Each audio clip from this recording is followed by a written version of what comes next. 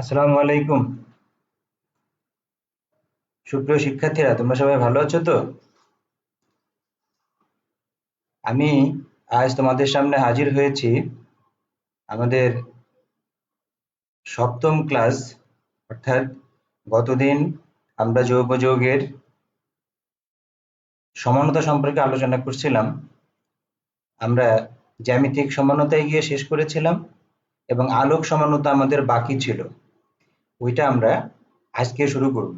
হ্যাঁ, এবং আলোক সমানতা শেষ হওয়ার পরে আমরা আমাদের যে বাকি টপিকগুলো রয়েছে আজকে নির্ধারিত, অর্থাৎ বন্ধনের বিভাজন, যেখান থেকে আমরা ইলেকট্রোফাইল, নিউক্লিওফাইল, কার্বনিয়াম আয়ন এবং কার্বোক্যাটায়ন এইগুলো শেখার চেষ্টা করব।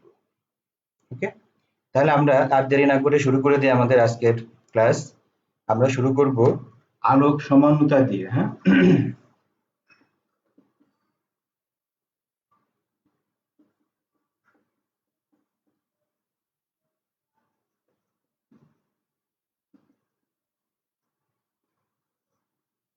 Optical isomerism. ওকে, আলোক সমানুতা। দেখো, আলোক সমানুতা এটা বুঝতে গেলে আমাদের আগে সংজ্ঞায় আসতে হবে আলোক সমানুতা কাকে বলে। ওকে, আমি একটু লিখে দিই তাহলে তোমাদের সুবিধা হবে। একই আণবিক ও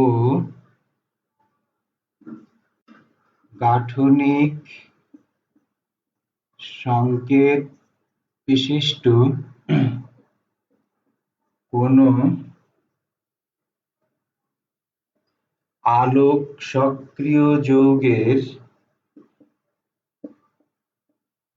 দুইটি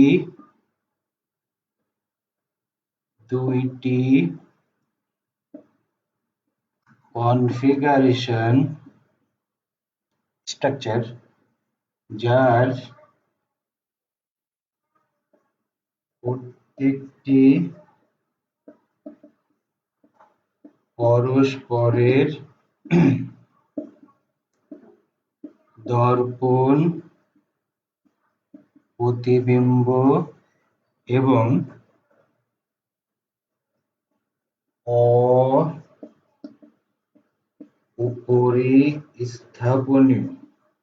অপরিস্থাপনীয় এবং একটি আলোর সমবর্তিত আলোর দলকে এবং এবং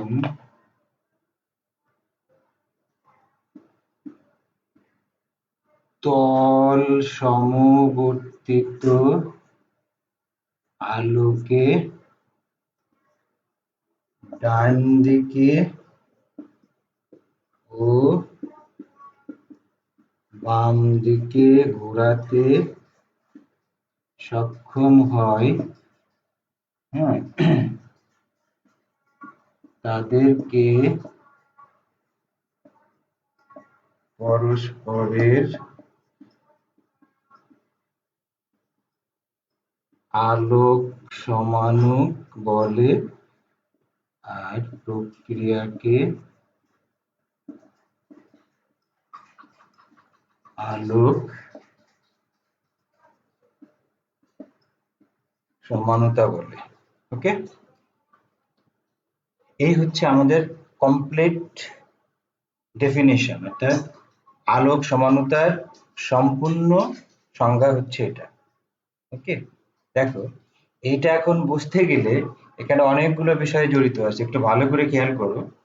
প্রথম কথা হচ্ছে যে এটা দুইটা কনফিগারেশন হবে, অর্থাৎ দুইটা যে স্ট্রাকচার সেখানে পার্থক্য আসবে। এদের গাঠনিক সংকেত আণবিক সংকেত কিন্তু এক হবে। এখন দেখো, পরস্পরের কি হবে, দর্পণ প্রতিবিম্ব, কতগুলো জিনিস খেয়াল করো। আরেকটা হচ্ছে কি, অপরিস্থাপনীয়। অপরিস্থাপনীয় মানে কি, একটা আরেকটার উপরে প্রতিস্থাপিত হবে না, উপরিস্থাপন হবে না, এটাকে বলা হয় নট সুপার ইম্পোজেবল। ওকে, এটা আমি তোমাদের সবগুলো একে একে দেখাবো। আরেকটা জিনিস খেয়াল করো, এখানে লেখা আছে কি, তল সমবর্তিত আলোকে ডান দিকে এবং বাম দিকে ঘোরাতে সক্ষম। এতগুলো ঘটনা ঘটলে দুইটা যৌগের কিন্তু কনফিগারেশনে পার্থক্য হয়, তাই না? তখন এটাকে আমরা বলি হচ্ছে কি, আলোক সমানতা। ওকে, তাহলে এটা হচ্ছে আলোক সমানতার একটা কমপ্লিট ডেফিনেশন। আমরা এখন এখান থেকে এগুলো একে একে দেখার চেষ্টা করব। তাহলে কি কি জানতে হবে আমাদের?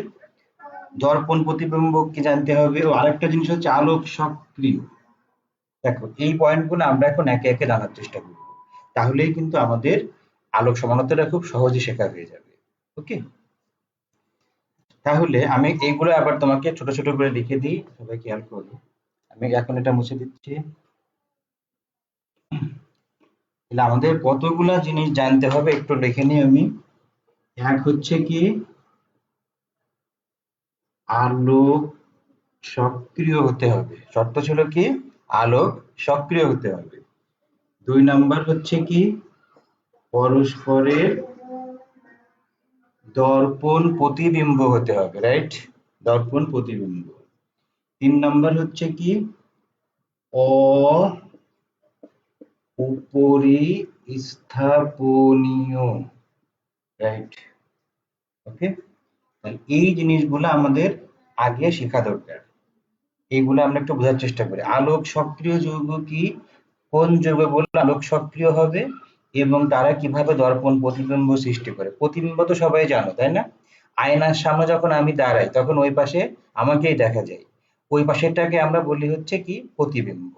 যেহেতু দর্পণের সামনে, দর্পণ মানে তো আয়না, তাহলে ওটাকে বলা হবে কি, দর্পণ প্রতিবিম্ব।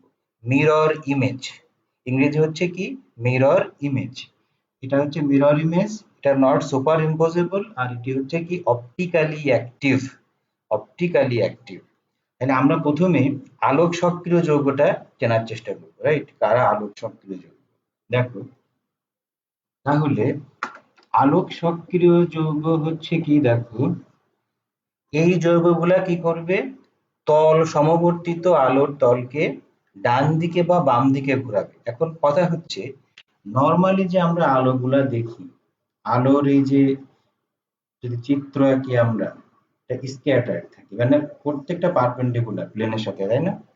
এইটাকে যদি আমরা এখন একটা প্রিজমের মধ্য দিয়ে পাস করাই, প্রিজম, রাইট? তাহলে এইখানে দেখো এই সবগুলা একই সরল রেখায় চলে আসে। এটা হচ্ছে প্রিজম, রাইট? প্রিজম। এটাকে বলা হয়, ইংরেজিতে বলা হয় প্লেন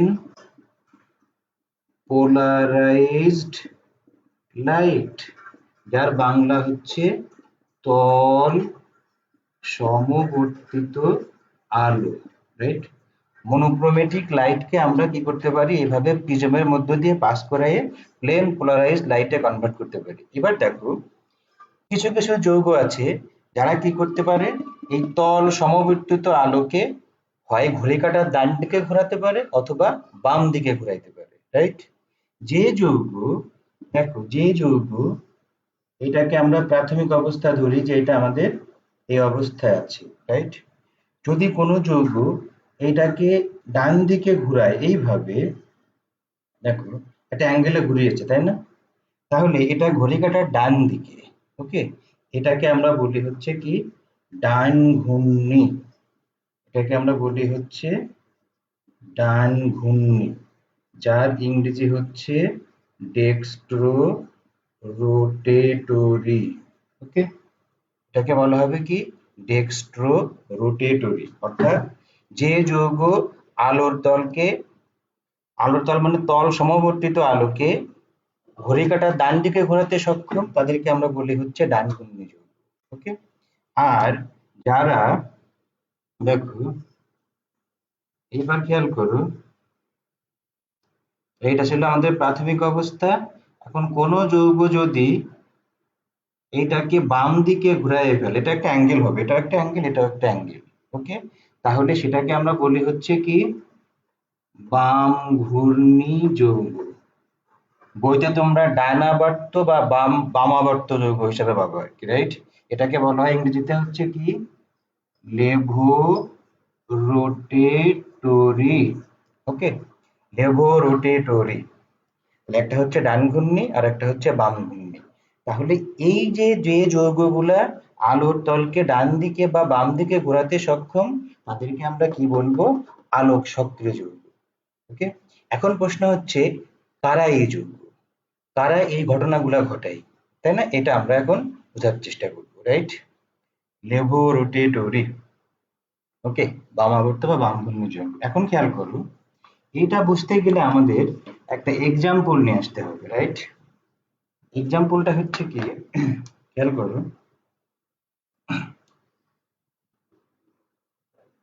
এখানে আমি একটা যৌগ লিখি, মনে করো এরকম একটা যৌগ, হুম, এইচ এইচ। ওকে, এরকম একটা যৌগ। আর এখানে আরেকটা যৌগ লিখি, CL C H F BR. হ্যাঁ, খেয়াল করো এই দুইটা যৌগ। তাহলে এই দুইটা যৌগকে যদি আমরা এই মাঝখান থেকে সেকশন করি, খেয়াল করো, এই দুইটা যৌগ মাঝখান থেকে সেকশন করি, অর্থাৎ এরকম যদি ভাবি আমরা, এটা মাঝখান থেকে সেকশন করেছি, তাহলে দেখো দুই পাশে একই জিনিস পাওয়া যাচ্ছে, রাইট? ওকে, বাট এখানে কি হচ্ছে, এখানে যদি আমরা এটাকে এরকম সেকশন করি, তখন কিন্তু দেখো দুই পাশে একই জিনিস পাওয়া যাচ্ছে না, তাই না? দুই পাশে একই জিনিস পাওয়া যাচ্ছে না। তাহলে এর একটা সুন্দর ব্যাখ্যা দেওয়া যায়, সেটা হচ্ছে কি, এটাকে বলা হয় প্রতিসম। এই যৌগটাকে বলা হয় প্রতিসম। কারণ কি, মাঝখান থেকে এটাকে যদি আমরা আলাদা করি তাহলে দুই পাশে দেখো একই জিনিস পাওয়া যাচ্ছে, দুইটা এইচ। কিন্তু এটা হচ্ছে কি যৌগ? এটা হচ্ছে আমাদের অপ্রতিসম যৌগ, তাই না? এটা হচ্ছে আমাদের অপ্রতিসম যৌগ। এখন দেখো, যদি অপ্রতিসম যৌগটাকে আমরা হুম এভাবে চিন্তা করি যে এইখানে তাহলে একটা মূলক আছে, এখানে একটা মূলক আছে, এইখানে মূলক আছে, এইখানে মূলক আছে। তাহলে এখানে দেখো এই কার্বনের সঙ্গে যে চারটে মূলক, সেই চারটে মূলক কিন্তু আমাদের কি, সেই চারটে মূলক কিন্তু আমাদের ডিফারেন্ট, অর্থাৎ কারোর সাথে কারোর কোনো মিল নাই। কিন্তু এখানে দেখো দুইটা মূলক কিন্তু কমন হয়ে গেছে। তাহলে এই যে চারটা ভিন্ন মূলক যুক্ত যে কার্বন, এটাকে আমরা বলি হচ্ছে অপ্রতিসম কার্বন, রাইট? অপ্রতিসম ইংরেজিতে আমরা বলি হচ্ছে অ্যাসাইমেট্রিক। অ্যাসাইমেট্রিক। ওকে, বা অনেক সময় তোমরা ডিসিমেট্রিকও পাইতে পারো। ওকে, অ্যাসাইমেট্রিক যে কথা, ডিসিমেট্রিক সেই কথা, এটাকে বলা অপ্রতিসম কার্বন, রাইট? এই কার্বনটাকে। আর এটাকে বলা হবে কি, প্রতিসম। এটাকে বলা হবে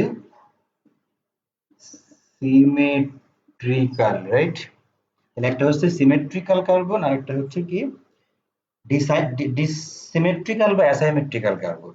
এই দেখো, এই কার্বন যখন যার এই চারটা ভিন্ন ভিন্ন গ্রুপ থাকে, তখন এই কার্বনকে আমরা একটা স্টার দিয়ে প্রকাশ করি, এবং এই কার্বনের তখন একটা সুন্দর নাম দিয়ে আমরা এটাকে বলা হয় কাইরাল কার্বন। ওকে, কাইরাল কার্বন। কাইরাল কেন্দ্র তোমরা বইতে লেখা দেখতে পারো আর কি। তো এটাকে বলা হবে কি, কাইরাল কার্বন বা কাইরাল সেন্টার, রাইট? এটাকে বলা হবে কি, কাইরাল কেন্দ্র বা কাইরাল কার্বন। তাহলে কাইরাল কার্বনের সংজ্ঞা হচ্ছে কি, যে কার্বনে চারটা ভিন্ন ভিন্ন গ্রুপ বিদ্যমান থাকবে বা মূলক বিদ্যমান থাকবে, সেটাকে আমরা বলবো হচ্ছে কি কাইরাল কার্বন, রাইট? এটা হচ্ছে আমাদের কাইরাল কার্বন। তাহলে এবার দেখো, এটাকে যদি আমরা এরকম এই পাশে এটা একটা চিন্তা করি। আচ্ছা, আমি এটা এখন মুছে দিই, তোমাদের তো খাতায় লেখা হয়ে গেছে নিশ্চয়ই। তাহলে এবার দেখো, এই যৌগটাকে যদি আমরা এরকম আয়নার সামনে ধরি, তোমরা সবাই জানো এটাকে বলা হয় কি দর্পণ, মিরর বা আয়না বলি আমরা, রাইট?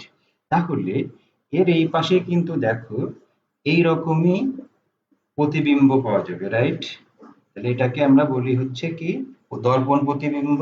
আবার যদি এইটাকে যদি আমরা এরকম লিখি, তাহলে এই পাশেও কিন্তু আমাদের কি পাওয়া যাবে, সি এফ, আর এটা হচ্ছে কি এইচ, এটা হচ্ছে বিআর। অর্থাৎ দর্পণের সামনে যেটা সেটাই আমাদের দেখা যাবে। দর্পণের সামনে যেটা সেটাই দেখা যাবে। তাহলে এই যৌগকে বলা হবে কি, এই যৌগের দর্পণ প্রতিবিম্ব। ওকে, আর এই যৌগকে আমরা বলবো কি, এই যৌগের দর্পণ প্রতিবিম্ব। এখন দেখো, এই দুইটা যৌগের ভিতরে কিন্তু কোনো পার্থক্য নাই। খেয়াল করো সবাই, এটা হলো প্রতিসম কার্বন ছিল, তাহলে এর যে দর্পণ প্রতিবিম্ব হলো সেটার সাথে এটার কোনো পার্থক্য নেই। দেখো এই পাশে এইচ, এ পাশে এইচ, এখানে এইচ, এখানে এইচ, বাট এইখানে কিন্তু এবার দেখো পার্থক্য হয়ে গেছে, রাইট? কি পার্থক্য? এটার ডান পাশে এফ, এটার বাম পাশে এফ হয়ে গেছে। এইটাকে বলা হয় পরস্পরের কনফিগারেশন, অর্থাৎ দর্পণ প্রতিবিম্ব। এই যৌগটা এই যৌগের দর্পণ প্রতিবিম্ব, এটাকে আমরা কি বলি? Configuration, right? ওকে, আচ্ছা এটা একটু উঠায় দেখি, বি আর অনেকে দেখতে পাচ্ছ না, এটা হচ্ছে এইচ। ওকে, তাহলে দেখো এই যৌগটা এই যৌগের দর্পণ প্রতিবিম্ব, এটাও দর্পণ প্রতিবিম্ব, কিন্তু পার্থক্য হচ্ছে কি, যে এই যৌগ কিন্তু এক না। এখন দেখো, এখন এই যৌগটাকে আমরা এই যৌগের উপরে উপরিস্থাপন করব। উপরিস্থাপন করাটা কি, দেখো এই মূলক এখানে আসবে, তারপরে এই মূলক আসবে এইখানে, এ আসবে এইখানে, আর ব্রোমিন আসবে এখানে। অর্থাৎ এটাকে এখান থেকে যেমন কেটে উঠায় নিয়ে আসা, ব্যাপারটা হচ্ছে এরকম, নিয়ে আসে আমরা এর উপরে বসিয়ে দেবো। ওকে, তাহলে কি হবে, এই ক্লোরিনের উপর আসবে, এ এফ এইচ এর উপরে, এ এইচ এফ এর উপরে, বি আর বি আর উপরে। তাহলে দেখা যাচ্ছে কি, যে এই যৌগ কিন্তু এর উপরে বসলো না, অর্থাৎ কোনো মূলকে এটা কিন্তু ডিফারেন্ট হয়ে গেছে, অর্থাৎ এইচ এর সাথে এফ কিন্তু ডিফারেন্ট, কিন্তু এইটা কিন্তু দেখো আরাম করে বসে যায় এখানে। অর্থাৎ এই ক্লোরিনের উপর বসে গেছে, এই এইচ এইচ এর উপরে বসে গেছে, এইচ এইচ এর উপরে বসে গেছে, এই ব্রোমিন এই ব্রোমিনের উপরে বসে গেছে, রাইট? তাহলে এটাকে বলা হবে কি, উপরিস্থাপনীয়, রাইট? বা সুপার ইম্পোজ করা বলি আমরা, হ্যাঁ? আর এটাকে বলা হবে কি, অউপরিস্থাপনীয়, বা নট সুপার ইম্পোজেবল। ওকে, বা নট সুপার ইম্পোজেবল বলি আমরা। এখন দেখো, তাহলে ওই এই যৌগটা পরস্পরের দর্পণ প্রতিবিম্ব এবং অপরিস্থাপনীয়, তাহলে এই দুইটার কনফিগারেশন আলাদা, এই দুটাকেই বলবো আমরা কি, পরস্পরের আলোক সমানুক। ওকে, এটা কিন্তু সমানুক না, কারণ এই দুটা কিন্তু একই যৌগ। তাহলে এই দুটা কিন্তু, এই যৌগটা আলোক সক্রিয় যৌগ না, রাইট? এইটা হচ্ছে কি, আলোক সক্রিয় যৌগ। কেন আলোক সক্রিয়? দেখো এখানে আমরা দুইটা কনফিগারেশন পেয়েছি, রাইট? এর একটা হবে ডান ঘূর্ণি, একটা হবে বাম ঘূর্ণি, এর জন্য আমরা এটাকে বলবো হচ্ছে কি, ডান ঘূর্ণি এবং বাম ঘূর্ণি যৌগ। এটা আমরা একটু পরে আসছি, ডান ঘূর্ণি বাম ঘূর্ণি তোমাদের আমি দেখিয়ে দিয়েছি আর কি, আমরা আরেকটা এক্সাম্পল দিব আর কি। তাহলে ব্যাপারটা ক্লিয়ার হয়েছে? অর্থাৎ এইখানে যে দুইটা যৌগ আমরা পেয়েছি, এই দুইটা যৌগকে আমরা বলবো পরস্পরের কি, আইসোমার। বাট কি আইসোমার এটা? আলোক সমানুক। এর একটা সুন্দর নাম আছে, একে বলে হচ্ছে কি, এনানসিওমার। ওকে, এনানসিওমার, রাইট? তাহলে আলোক সমানুতার এই অবস্থাটাকে বলা হবে কি, এনানসিওমারিজম। আর এই দুইটা যৌগ পরস্পরের কি হবে তাহলে, বলো? এটাকে বলা হবে এনানসিওমার, এনানসিওমার। ওকে, এখন প্রশ্ন হচ্ছে, তাহলে আলোক সমানুতা যে কথা এখানে, এনানসিওমারিজম কিন্তু আমাদের একই কথা। খেয়াল করো এবার, আমরা আরেকটা যৌগ লিখি, আমরা আরেকটা যৌগ লিখি, দেখো COOH, COH, HCH3। ওকে, সবাই এই যৌগটা জানো, এর নাম হচ্ছে কি, ল্যাকটিক অ্যাসিড, ল্যাকটিক অ্যাসিড। ওকে, এটাকে বলা হয় ল্যাকটিক অ্যাসিড। এখন দেখো, এই যৌগটা প্রথমেই হচ্ছে আমরা কি বোঝার চেষ্টা করব, খেয়াল করবে এই যৌগটা, দেখো এখানে যে চারটা মূলক আছে, এই চারটা মূলকে কিন্তু আলাদা। ওকে, তাহলে এই কার্বনটা হচ্ছে কি, অপ্রতিসম কার্বন, যাকে আমরা কি বলি, কাইরাল কার্বন বলি, রাইট? এটাকে আমরা কি বলি, কাইরাল কার্বন বলি, অর্থাৎ যে কার্বনের চারটা ভিন্ন ভিন্ন গ্রুপ থাকে। ওকে, এখন দেখো, তাহলে এই যৌগটায় একটা একটা কি, অপ্রতিসম কার্বন বা অ্যাসাইমেট্রিক কার্বন বা ডিসিমেট্রিক কার্বন বা কাইরাল কার্বন। একে যদি আমরা এখন এই দর্পণের সামনে ধরি আর কি, তাহলে কি হবে, এখানে এই পাশে কি পাওয়া যাবে, এরকম একটা প্রতিবিম্ব পাওয়া যাবে, ঠিক কিনা, এরকম একটা প্রতিবিম্ব পাওয়া যাবে, অর্থাৎ সামনে যেটা সেটা দেখা যাবে, এই পাশে যেটা ওই পাশে, এইভাবে। তাহলে দেখো এটাও ল্যাকটিক অ্যাসিড, এটাও কিন্তু ল্যাকটিক অ্যাসিড, ওকে, এটাও কিন্তু ল্যাকটিক অ্যাসিড। এখন প্রশ্ন হচ্ছে, এই দুইটা ল্যাকটিক অ্যাসিডের কার্যকারী আমাদের কি বলে আণবিক সংকেত কিন্তু এক, গাঠনিক সংকেত কিন্তু দেখো এক, কিন্তু পার্থক্য হচ্ছে কি, যে এই দুইটার কি আলাদা, এই দুইটার এই দুইটার কনফিগারেশন আলাদা, রাইট, এই দুইটার কনফিগারেশন আলাদা, ওকে। এখন দেখো যেহেতু কনফিগারেশন আলাদা, তাহলে কি হবে, এবার এটার ওএইচ ডান দিকে আছে, এটার ওএইচ বাম দিকে আছে, রাইট। তাহলে আমরা একটু আগে বললাম, যে যৌগ তল সমবর্তিত আলোকে ডান দিকে ঘোরায় সেটাকে বলা হবে কি, সেটাকে বলা হবে ডান ঘূর্ণি যৌগ, আর যেটা বাম দিকে ঘোরাবে সেটাকে আমরা বলবো হচ্ছে কি বাম ঘূর্ণি যৌগ। তাহলে এই যেহেতু এটার ওএইচ ডান দিকে আছে, এটার নাম আমরা দেব হচ্ছে কি ডি ল্যাকটিক অ্যাসিড। তাহলে এই যৌগটা হচ্ছে কি, ডি মানে ডেক্সট্রো রোটেটরি, একটু আগে লিখে দিয়েছি, এটা হচ্ছে ডান ঘূর্ণি, আর এটা হচ্ছে কি এল, এটাকে আমরা এভাবে লিখি, এল দিয়ে মাইনাস লিখি, রাইট, এল মাইনাস, বা এল মানে লেভো রোটেটরি, অর্থাৎ বাম ঘূর্ণি যৌগ। যে যৌগটা আলোর তলকে বাম দিকে ঘোরাবে সেটি হচ্ছে বাম ঘূর্ণি বা লেভো রোটেটরি, আর যেটা ডান দিকে ঘোরাবে ওইটাকে আমরা বলবো হচ্ছে কি ডেক্সট্রো রোটেটরি বা ডান ঘূর্ণি যৌগ। তাহলে এই যে দুইটা যৌগ আমরা এখন পেলাম, এই দুইটা দেখো, একটা হচ্ছে ডান ঘূর্ণি, একটা বাম ঘূর্ণি, তাহলে এই দুইটা যৌগ হচ্ছে পরস্পরের কি আলোক সমানুক, ওকে, বা এদেরকে আমরা পরস্পরের কি বলি, এই যে এনানসিওমার, রাইট, এটাকে বলা হবে কি এনানসিওমার। তাহলে এখন এনানসিওমারের সংজ্ঞা লেখাটা খুবই সহজ, কি যে কাইরাল কার্বন বিশিষ্ট কোনো যৌগের দর্পণ প্রতিবিম্ব যদি মূল যৌগের উপরে অপরিস্থাপনীয় হয়, দেখো এটা অপরিস্থাপনীয়, কারণ এটা কিন্তু এখানে সেট হয়নি, রাইট, তাহলে সেই যৌগ দুইটাকে বা প্রতিবিম্ব এবং মূল যৌগকে পরস্পরের কি বলা হয়, এনানসিওমার বলে। এই হচ্ছে আমাদের এনানসিওমারের সংজ্ঞা। এই হচ্ছে মোটামুটি আলোক সমানুতার বেসিক জিনিস। এখন দেখো এখানে আমরা আরেকটু খেয়াল করি, এইবার এই ল্যাকটিক অ্যাসিডটা একটু জেনে রাখো সবাই, 2.24 ডিগ্রি, অর্থাৎ এটা আলোর যে তল, ওই যে আমি একটু আগে লিখেছিলাম, অর্থাৎ এরকম, এই যে আলোর তলকে কি করে, এটা ডান দিকে, এটা 2.24 এই ডিগ্রি কোণে ঘোরায়। তাহলে যেহেতু এটা ডান ঘূর্ণি যে অ্যাঙ্গেলে ঘোরাবে, তাহলে এই বাম ঘূর্ণি যৌগ যেটা, সেটা একই অ্যাঙ্গেলে ঘোরাবে বিপরীত দিকে, অর্থাৎ তখন এটা বাম দিক ঘোরাবে, তখন এটা ঘূর্ণন কত হবে, -2.24 ডিগ্রি, রাইট।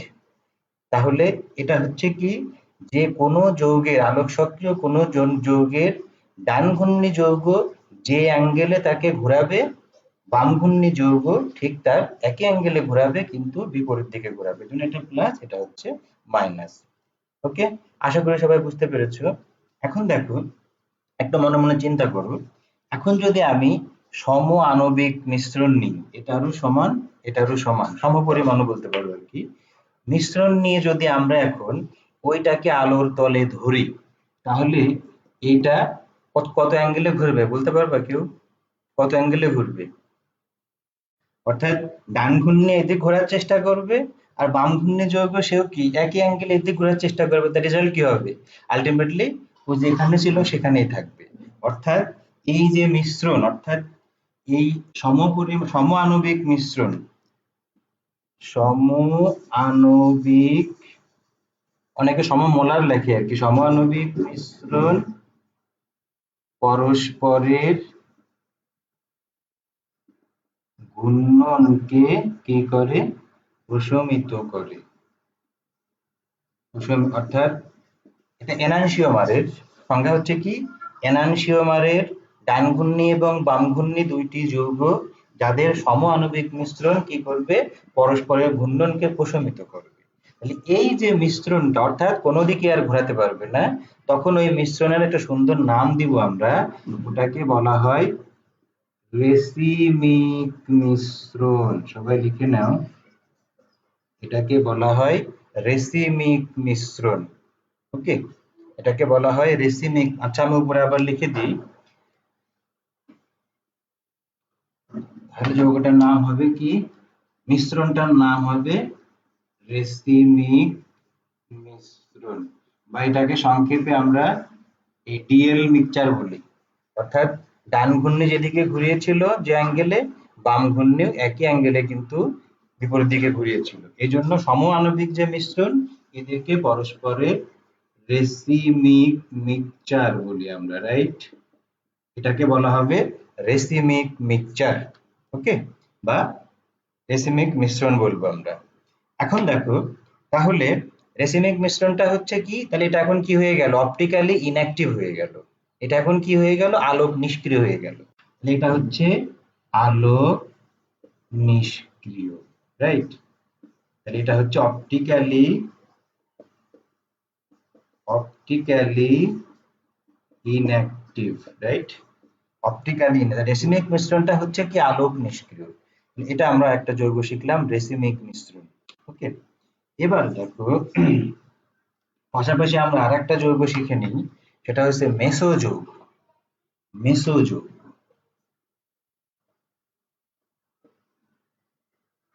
মেসোযৌগ। ওকে, ইংরেজিতে বলা হয় মেসো কম্পাউন্ড।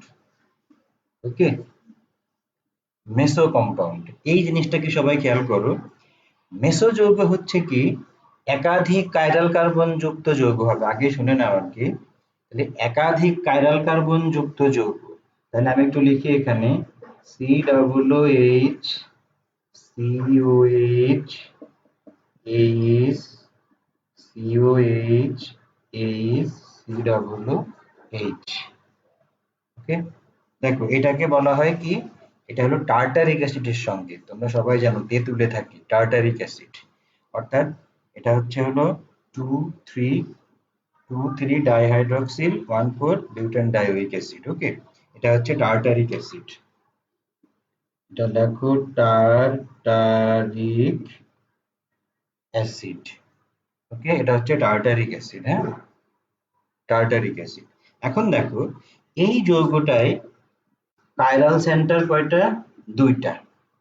এখানে কিন্তু একাধিক কাইরাল কার্বন রয়েছে। ওকে, এইবার এই যৌগটাকে যদি আমরা এরকম মাঝখান থেকে দুই ভাগ চিন্তা করি, এটাকে বলা হয় প্লেন অফ সিমেট্রি, রাইট? এটাকে বলা হয় প্লেন অফ সিমেট্রি, রাইট? অর্থাৎ এই যৌগটা মাঝখান থেকে যদি আমরা আলাদা করে ফেলি, তাহলে এই দুইটা যৌগ দুইটা কিন্তু একই হয়ে যায়। অর্থাৎ এই অর্ধাংশ এই অর্ধাংশ কিন্তু সেম হয়ে যায়। এখন দেখো, এই অর্ধাংশের এইটা হচ্ছে এই দিক ঘুরে, আর এটা হচ্ছে কি এই দিক ঘুরে। এটা এদিক ঘুরে, এটা এদিক ঘুরে। অর্থাৎ এই যৌগের এক অর্ধাংশ আর এক অর্ধাংশের ঘূর্ণনকে কি করছে, বলো, প্রশমিত করছে। অর্থাৎ যখন এক অর্ধাংশ আর এক অর্ধাংশের ঘূর্ণনকে প্রশমিত করবে, সেই যৌগকে আমরা বলবো হচ্ছে কি মেসোযৌগ। তাহলে সংজ্ঞা কি হবে, সংজ্ঞাটা হচ্ছে একাধিক কাইরাল কার্বন বিশিষ্ট কোন যৌগের এক অর্ধাংশ যদি আর এক অর্ধাংশ, যেটা কিনা পরস্পরের কি দর্পণ প্রতিবিম্ব, এটাকে মাঝখানে দর্পণ চিন্তা করি আমরা, তাহলে এর সামনে এটা, এর সামনে দর্পণ, রাইট? তাহলে এটাও দর্পণ প্রতিবিম্ব ধরবো আমরা এটা। তাহলে এক অর্ধাংশ কি হচ্ছে আর এক অর্ধাংশের ঘূর্ণনকে কি করছে, প্রশমিত করছে, অর্থাৎ বাধা দিচ্ছে। তাহলে তখন যৌগটা কি হয়ে যাচ্ছে, অপটিক্যালি ইনঅ্যাক্টিভ। এটাকে বলা হয় আলোক নিষ্ক্রিয় যৌগ। ওকে, তখন এই যৌগটা কি হয়ে যাচ্ছে, অপটিক্যালি ইনঅ্যাক্টিভ হয়ে যাচ্ছে। তাহলে মেসোযৌগ হচ্ছে কি একটা অপটিক্যালি ইনঅ্যাক্টিভ যৌগ, আলোক নিষ্ক্রিয় যৌগ। অর্থাৎ সেখানে একাধিক কার্বন কার্বন থাকবে, বুঝতে পারছো আমি যেটা আগে বললাম আর কি, এক অর্ধাংশ আরেক অর্ধাংশকে কি করবে, প্রশমিত করবে, রাইট? তাহলে এটা হলো মেসোযৌগ। হুম, এইবার আমরা চলে আসি, এবার মেসোযৌগের পরে আমরা এই যে যৌগের যে ঘূর্ণন হয়, আবর্তন হয়, এটা সম্পর্কে ধারণা দিয়ে তোমাদের একটু আর কি। অর্থাৎ আমরা যে ঘূর্ণনটা যখন পাই আর কি, বা খুঁজে বের করার চেষ্টা করি। কিভাবে পাই? এটা একটা এক্সপেরিমেন্ট কিন্তু, রাইট? একটা পোলারিমিটার থাকে, সেখানে এরকম মনোক্রোমেটিক লাইটের সোর্স থাকে, সোডিয়াম লাইট, তোমরা সবাই জানো আর কি। সেখানে একটা স্যাম্পল থাকে, স্যাম্পল দেওয়ার জন্য টিউব থাকে আর কি। তবে সেই স্যাম্পল টিউবের ভিতরে স্যাম্পল দিয়ে যদি আমরা ওইখানে এবার আলোটাকে দিই, তাহলে ওই আলো কি করবে? ওই যৌগটা আলোর তলকে ঘুরাই ফেলবে, রাইট? তাই সেই ঘূর্ণনটা কত অ্যাঙ্গেলে ঘুরে, ওইটা আমরা মেজার করব। ওকে, ওইটা আমরা মেজার করব। মেজার করে দেখো, আমরা একটা ফর্মুলা লিখবো, আমি তোমাদের আগে লিখে দিই, তারপরে ব্যাখ্যা দিই। এখানে অবজার্ভ, পরীক্ষিত বলি আমরা, এল ইন্টু সি, এটা একটা ফর্মুলা। কিভাবে দেখো, এখানে এরকম একটা যৌগ যদি আমরা চিন্তা করি আর কি, অর্থাৎ এটা যদি একটা পোলারিমিটার হয়, ধরো এখানে এরকম স্যাম্পল থাকবে। এই স্যাম্পলটা আমরা এখান থেকে লাইট সোর্স দিয়ে, হ্যাঁ, এখানে আমরা কি করি, এখানে তোমরা বইতে ছবি পেয়ে যাবা, ছবি দেখলে বুঝতে পারবে আর কি। অর্থাৎ এই যে আলোর তল, সেটাকে কি করে যে আমরা ঘুরানো মাপি যেভাবে আর কি। তাহলে কত অ্যাঙ্গেলে ঘোরালো, এটা আমরা কি করতে, কি কোথা থেকে পাচ্ছি? এইখান থেকে কিন্তু আমরা পাচ্ছি। এখন এখানে কি, এইটা হচ্ছে তুমি কোন তাপমাত্রায় কাজটা করেছো, সেটা একটা ডিগ্রি সেন্টিগ্রেড দিয়ে আমরা সাধারণত 20-25 যেটা রুম টেম্পারেচার আমরা করি, বা 20 ডিগ্রি সেন্টিগ্রেড যেভাবে যেখানে করে আর কি।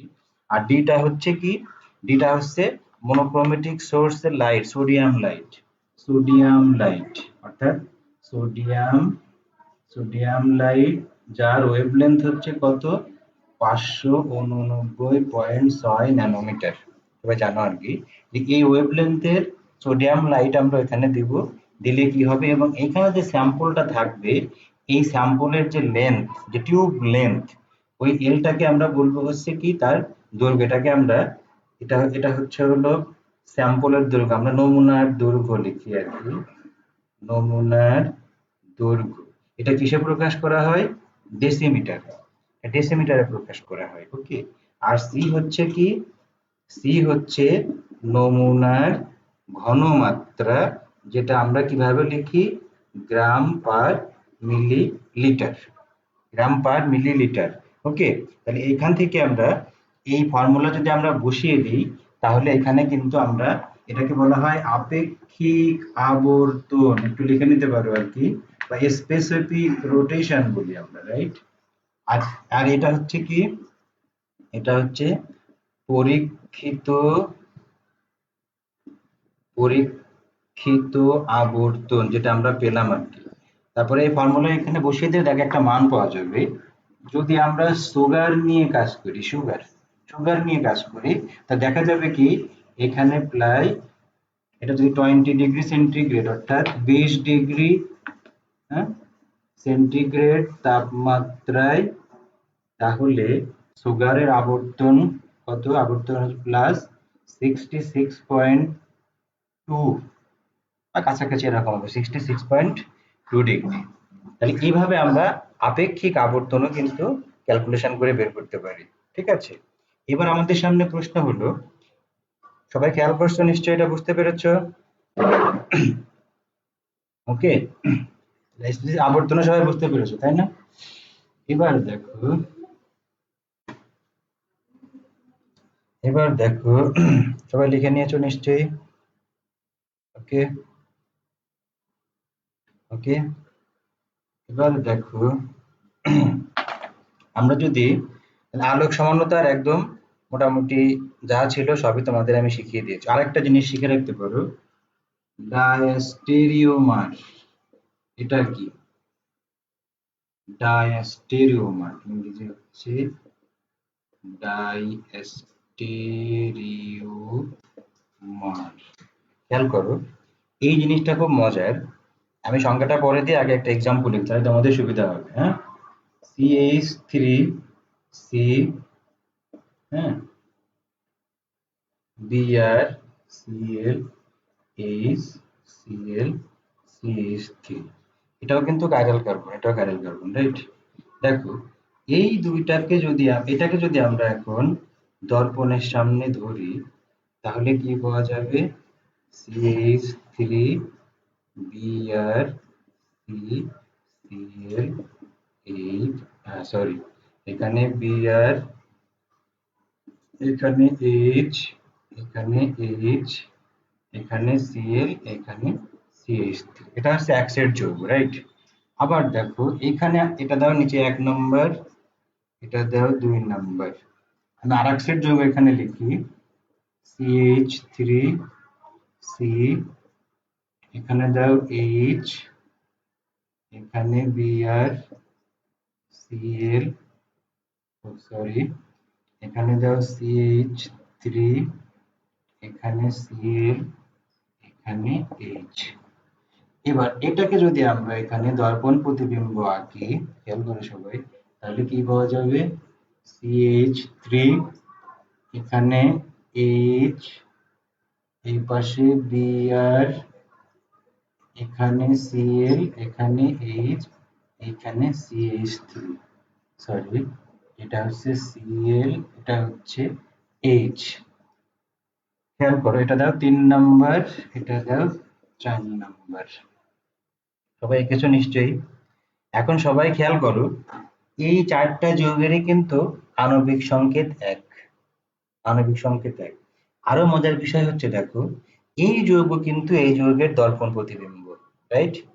এবং তাহলে এটা এবং একে অপরের উপরে কি অপরিস্থাপনীয়, তাহলে এই সেটকে আমরা বলবো হচ্ছে কি এনানসিওমার। আবার একইভাবে দেখো, এই যৌগটাও কিন্তু কি পরস্পরের দর্পণ প্রতিবিম্ব এবং কি পরস্পরের উপরে অপরিস্থাপনীয়, তাহলে এটাও কি এনানসিওমার। খেয়াল করছো? তো এটা হচ্ছে কি এনানসিওমার। ওকে, তাহলে এখন দেখো, এখন দুইটা যেহেতু এনানসিওমার, এখন মজার বিষয় হচ্ছে এই এক নাম্বার যৌগ, এই এক নাম্বার যৌগ আর 3 নাম্বার যৌগ এখন আমরা খেয়াল করি, 1 নাম্বার এবং 3 নাম্বার যৌগ আমরা খেয়াল করি। দেখো, এই দুইটা যৌগ কিন্তু পরস্পরের দর্পণ প্রতিবিম্ব নয়, রাইট? দেখো তো কেন? কারণ এখানে Br, এই পাশে, খেয়াল করো সবাই, যদি এটাকে আমরা এর সামনে ধরি তাহলে কি হবে? এখানে Br, এখানে Br কিন্তু H, এখানে Cl, তাহলে এই যৌগ কিন্তু এই যৌগের দর্পণ প্রতিবিম্ব নয়। ঠিক একইভাবে এই যৌগও কিন্তু এই যৌগের দর্পণ প্রতিবিম্ব নয়। ওকে, তাহলে কোন যৌগ, তারা কিন্তু আলোক সক্রিয়, এরা কিন্তু আলোক সক্রিয় যৌগ, বুঝতে পারতেছো? এরা কিন্তু আলোক সক্রিয় যৌগ, কিন্তু কোন যৌগ আলোক সক্রিয় হবে এবং যদি আরেকটা কনফিগারেশন তার দর্পণ প্রতিবিম্ব না হয়, তাহলে সেই যৌগ দুইটাকে পরস্পরের কি বলে? ডায়াস্টেরিওমার বলে, রাইট? অপ্রতিবিম্ব। কি হবে এটা? অপ্রতিবিম্ব। দেখো এই যৌগ আর এই যৌগ কিন্তু পরস্পরের অপ্রতিবিম্ব। ঠিক একইভাবে এই যৌগ, তাহলে আমরা লিখে নিই যে 1 আর 3 হচ্ছে ডায়াস্টেরিওমার, আর 2 আর 4 হচ্ছে ডায়াস্টেরিওমার। তাহলে সংজ্ঞা হচ্ছে কি, আলোক সক্রিয় যৌগ কিন্তু একটা কনফিগারেশন আর একটা কনফিগারেশনের কি হবে না? দর্পণ প্রতিবিম্ব হবে না, তাদেরকে পরস্পরের ডায়াস্টেরিওমার বলে। আশা করি সবাই বুঝতে পেরেছো। এই হচ্ছে আমাদের মোটামুটি আলোক সমানুতার আদ্যপান্ত, অর্থাৎ যা ছিল আমি তোমাদের সব শিখিয়ে দিয়েছি, কোনো কিছু বাদ রাখিনি। ওকে, আশা করি সবাই দেখতে পেরেছো। একটু জাস্ট যোগটা লিখে রেখে পরে নিজে চিন্তা করলে দেখতে পাবা যে আমি ঠিক বলেছি কিনা। অর্থাৎ দর্পণ অপ্রতিবিম্ব, অর্থাৎ এটা হচ্ছে দর্পণ অপ্রতিবিম্ব, এরাই হচ্ছে ডায়াস্টেরিওমার। ওকে, আশা করি বুঝতে পেরেছো সবাই। এবারে দেখো আমরা চলে আসি, তাহলে আলোক সমানুতা আমাদের শেষ হয়ে গেছে, আমরা পরবর্তী টপিকে চলে আসবো এখন, সেটি হচ্ছে বন্ধনের বিভাজন, সমযোজী বন্ধনের, রাইট? অর্থাৎ তোমরা সবাই হেডিং দাও, সমযোজী বন্ধনের বিভাজন। বিভাজন মানে হচ্ছে কি ভাঙন, অর্থাৎ একটা বন্ধন কিভাবে ভাঙে, এটা আমাদের সামনে প্রশ্ন। আচ্ছা, তোমরা সবাই জানো বন্ধনে কি থাকে? সমযোজী বন্ধনে দুইটা ইলেকট্রন থাকে। ওকে, যেমন আমি একটা সিম্পল এক্সাম্পল দিই, মনে করো যদি আমরা এটাকে, হ্যাঁ, এক্স আর ওয়াই ধরি, ঠিক আছে, এটা এক্স, একটা হচ্ছে ওয়াই। ওকে, এটা একটা সমযোজী বন্ধন, অর্থাৎ এই বন্ধনটাকে আমরা এভাবে লিখতে পারি লুইস ডট ক্রস ফর্মুলা দিয়ে। Okay, এখন এই যে ইলেকট্রন যুগল, এটা কি হবে? সেপারেট হবে। এটা দুই ভাবে হতে পারে, এই ভাঙনটা দুই ভাবে হয়। একটা কিভাবে হতে পারে দেখো, এটা চাইলে এরকম হতে পারে, অর্থাৎ এক্স একটা নিল, ওয়াই আর একটা নিল, রাইট? আবার চিন্তা করো, আবার কি হতে পারে, দেখা যাচ্ছে এক্স একাই দুইটা নিয়ে নিল, এরকম হতে পারে। হতে পারে তো, হয় না এরকম? তাহলে এই বন্ধনটাকে বলা হবে হচ্ছে কি সুষম বিভাজন বা সুষম বন্টন। আর এখানে এটাকে কি বলা হবে? বিষম বন্টন বা বিষম বিভাজন, equal distribution, unequal distribution, right? তাহলে বন্ধনের এটাকে বলা হবে সুষম বিভাজন, আর এটাকে কি বলা হবে? বিষম বিভাজন, রাইট? ওকে। এখন প্রশ্ন হচ্ছে কেন এরকম হবে? দেখো, এটা একটা বিষয় আছে। যদি তড়িৎ ঋণাত্মকতার পার্থক্য এই দুইটা যৌগের ভিতরে একই থাকে, কোনো ডিফারেন্ট না থাকে, তাহলে কি হবে? তখন এ একটা ইলেকট্রন নিবে আর ওয়াই ও আর একটা ইলেকট্রন নিবে, রাইট? তাহলে এটাকে বলা হবে কি বন্ধনের সুষম বিভাজন হবে, রাইট? এখন দেখো, এই যে এইগুলা তৈরি হলো, তাই না? এগুলাকে আমরা কি বলি? এটাকে বলা হবে হচ্ছে ফ্রি রেডিক্যাল, রাইট? এটাকে বলা হবে ফ্রি রেডিক্যাল। তাহলে সিদ্ধান্ত কি আসবে? যে বন্ধন যদি সুষম বিভাজন হয়, তাহলে সেখান থেকে কি তৈরি হবে? ফ্রি রেডিক্যাল তৈরি হবে, মুক্ত ফ্রি রেডিক্যাল। ওকে, অর্থাৎ দুইটাই একটা একটা করে ইলেকট্রন পাবে। ওকে, বাট এমন এবার হতে পারে কি দেখো, এই এক্স আর ওয়াই এর ভিতরে যে কোনো একটার ইলেকট্রোনেগেটিভিটির মান কিন্তু বেশি, রাইট?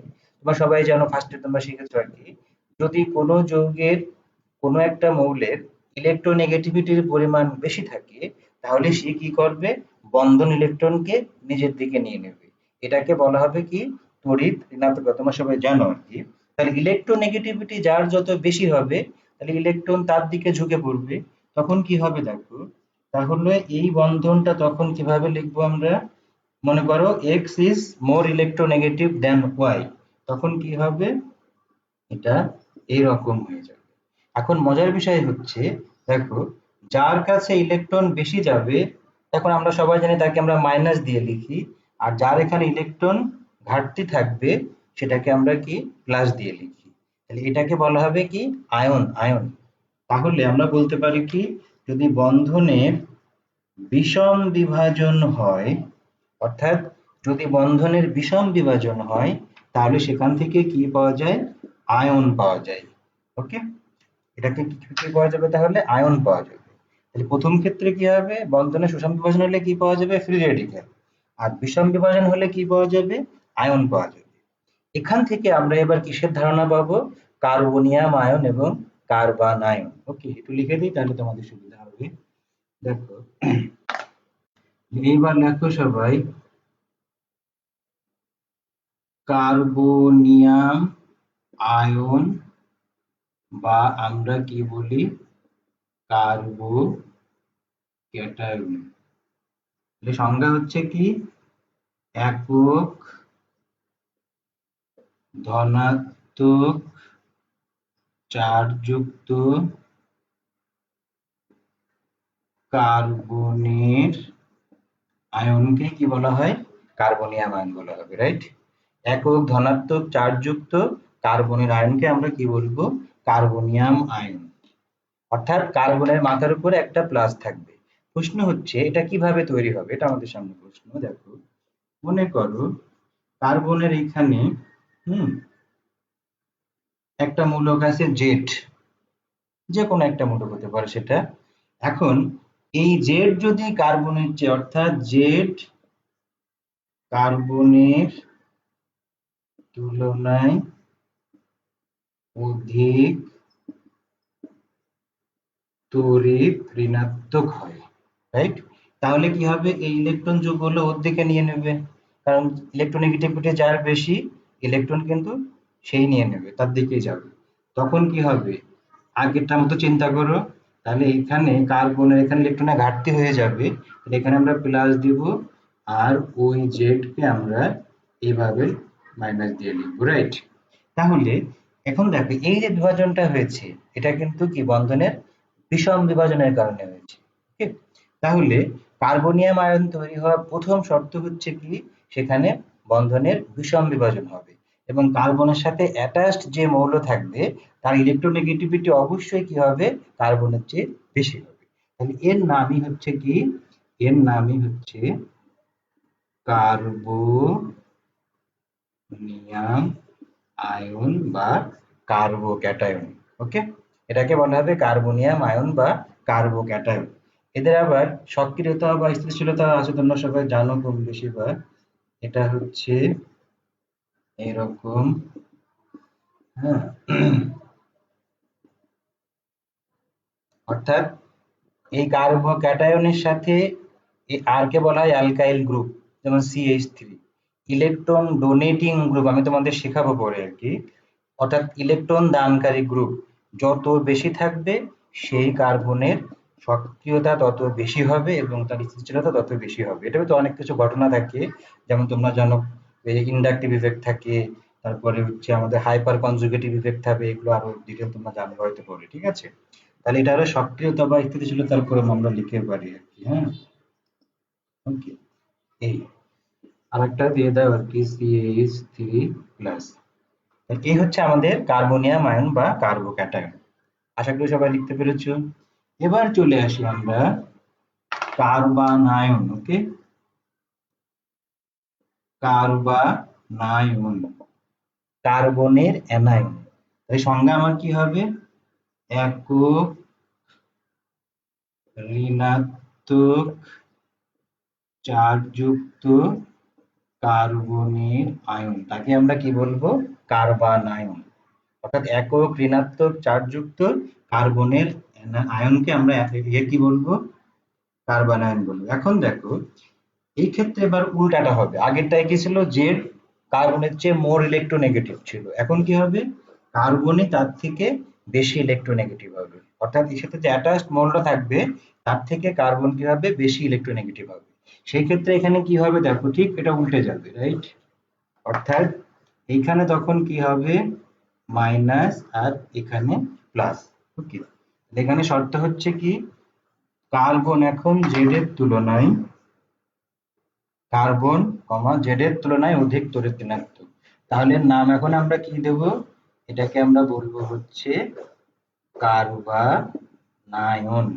ওকে, কার্বানায়ন।